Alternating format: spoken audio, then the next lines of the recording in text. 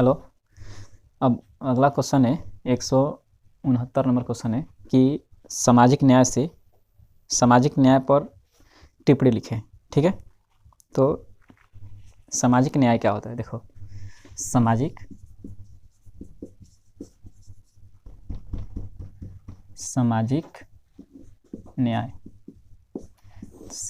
न्याय का अर्थ होता है कि समाज के प्रत्येक व्यक्ति को मनुष्य की जो मूलभूत आवश्यकता है, मूलभूत आवश्यकता का मतलब है कि जो मेन आवश्यकता है, जो मेन चीज़ों की जो आवश्यकता है, उनको समान रूप से प्राप्त हो, यानी कि सबको प्राप्त हो और सबको बराबर प्राप्त हो। ठीक है, इसके लिए सरकार क्या करती है? विभिन्न कार्यक्रम चलाती है ना। और क्या होता है कि जो सरकार द्वारा योजना लाई जाती है, जो भी सरकार योजना लाती है, उस योजना का लाभ राष्ट्र के प्रत्येक नागरिक को प्राप्त होना चाहिए।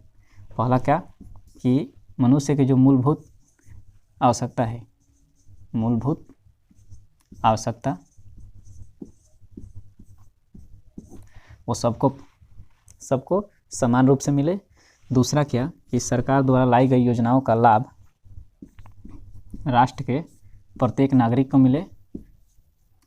ठीक है, अब सरकार द्वारा जो योजनाएं लाई जाती है वो प्रत्येक नागरिक को समान रूप से मिले, और समाज को जागरूक करने के लिए समय समय पर सरकार विभिन्न अलग अलग कार्यक्रम चलाती है। ठीक है, इसमें विशेष रूप से पिछड़े वर्ग के लोगों को ध्यान में रख करके और ये आरक्षण की व्यवस्था की गई है, जिससे कि उनका अच्छा से विकास हो सके।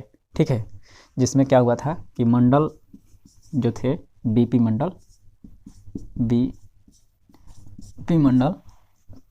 इन्होंने क्या किया था कि मंडल आयोग के जो अध्यक्ष बने थे ये, तो इन्होंने समाज के पिछड़े वर्गों के लोगों को लिए आरक्षण की मांग की थी, जिससे पिछड़े वर्ग के जो समाज के जो पिछड़े वर्ग है उसका उत्थान हो सके।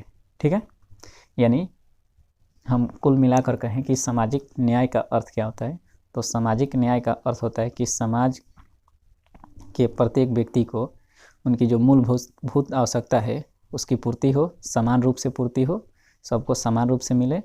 दूसरा कि सरकार द्वारा जो योजनाएं लाई जाती है उन योजनाओं का लाभ राष्ट्र के प्रत्येक नागरिक को मिले, और नागरिकों को जागरूक बनाने के लिए सरकार समय समय पर विभिन्न प्रकार की योजनाएं लाती है, जिससे नागरिक क्या जागरूक हो सके। और दूसरा क्या, अगला क्या कि समाज के जो पिछड़े वर्ग के लोग हैं उनको ध्यान में रख करके और आरक्षण की व्यवस्था की गई, जिससे कि उनका विकास अच्छे तरह से हो सके। ठीक है, देखो अगला क्वेश्चन 176 नंबर देखते हैं हम। इसके पीछे वाला 2 क्वेश्चन छोड़ देते हैं, है ना, वो कल देखेंगे हम। ठीक है, तो 176 नंबर क्वेश्चन है कि नर्मदा बचाओ आंदोलन क्या है। ठीक है, ये क्वेश्चन है कि या नर्मदा बचाओ आंदोलन के मूल कारण क्या थे। तो देखो, नर्मदा बचाओ आंदोलन जो है, यानी कि नर्मदा नदी जो है, एक नर्मदा नदी है, नर्मदा नदी जो गुजरात में बहती है। ठीक है, इस नदी पर 2 बड़े बड़े डैम बनने वाले थे 1980 में। ठीक है, अब हुआ ये कि जब बड़े बड़े डैम बनने थे तो डैम में पानी आकर रुकेगा, और पानी रुकने के कारण वहाँ के जो लगभग 200 आसपास के जो गांव थे, 245 गांव उसके चपेट में आ जाने थे, यानी कि वो गांव डूब जाते हैं।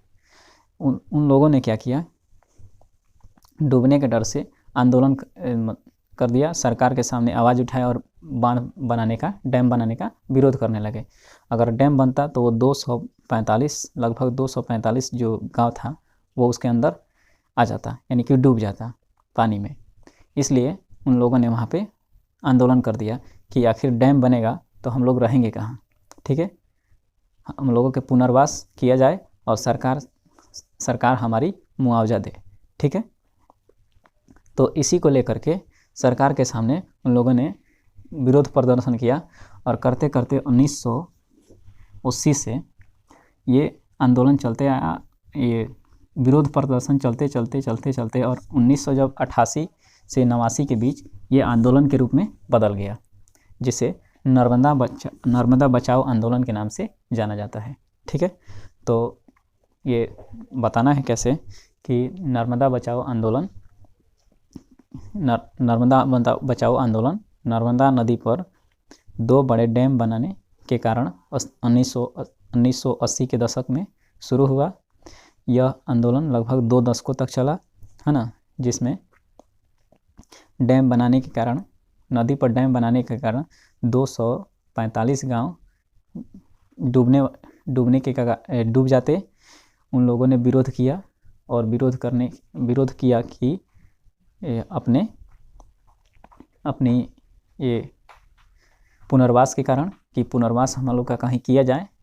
और ये धीरे धीरे विरोध प्रदर्शन 1988 से 89 तक आते आते ये आंदोलन के रूप में बदल गया। ठीक है।